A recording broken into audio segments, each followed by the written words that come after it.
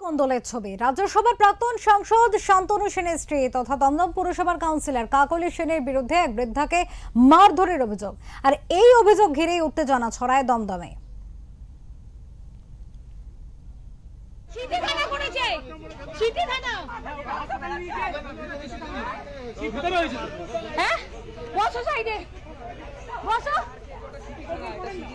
হ্যাঁ, শীতে থানাতে আমরা জানি দাদা, শীতপুরে এই জিনিস করবেন না আপনারা।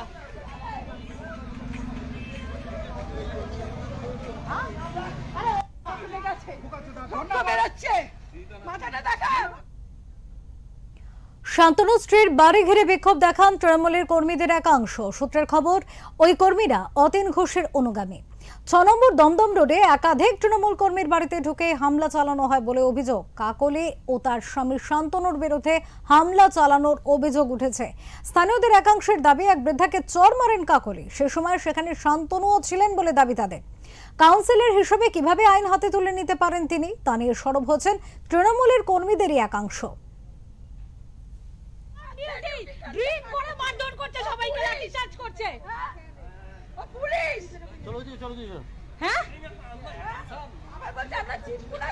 এর বিচার আমাদের লাগবে।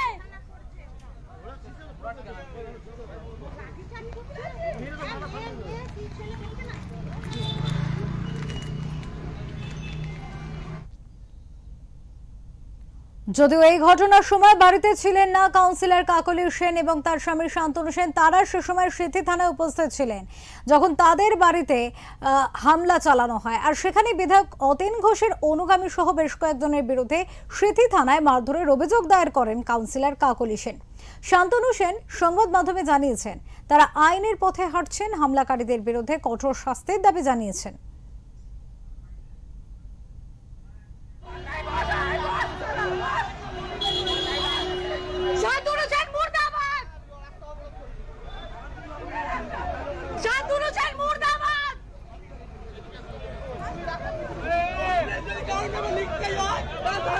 সবার নামে লিখবে কমপ্লেন। উনি এইভাবে গুন্ডারাজ চালিয়ে যাচ্ছে, দিনের পর দিন গুন্ডারাজ চালিয়ে যাচ্ছে। আবার দেখুন, এই হচ্ছে প্রতিবাদ মিছিল। শান্তনু সেন যিনি সাসপেন্ড আছেন আর বিজেপি দালালি করছেন, আজকে আমাদের একটা কর্মীকে যেভাবে 2 নম্বর ওয়ার্ডে উনি অত্যাচার করছেন মানুষের মধ্যে। আগামীকাল ওখানে সাধারণ মানুষ ভর্তি ছিলেন, কোনো শুধু যারা মার খেয়েছিলেন তারাই ছিলেন। আজকে এই মিছিল দলকে জানিয়েছি আমরা, আগামী দিন দলকে আমরা অনুরোধ করছি ব্যবস্থা নেওয়ার জন্য।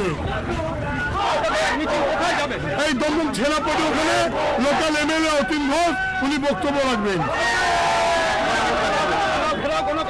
শুনুন, থানা ঘেরাও কোনো ব্যাপার না, কারণ থানার এফআইআর নিচ্ছে, এমসি নিয়েছে। উনি বলছেন আমরা ব্যবস্থা নেব, যেটা বললে শান্তনু সেনকে অ্যারেস্ট করা হবে।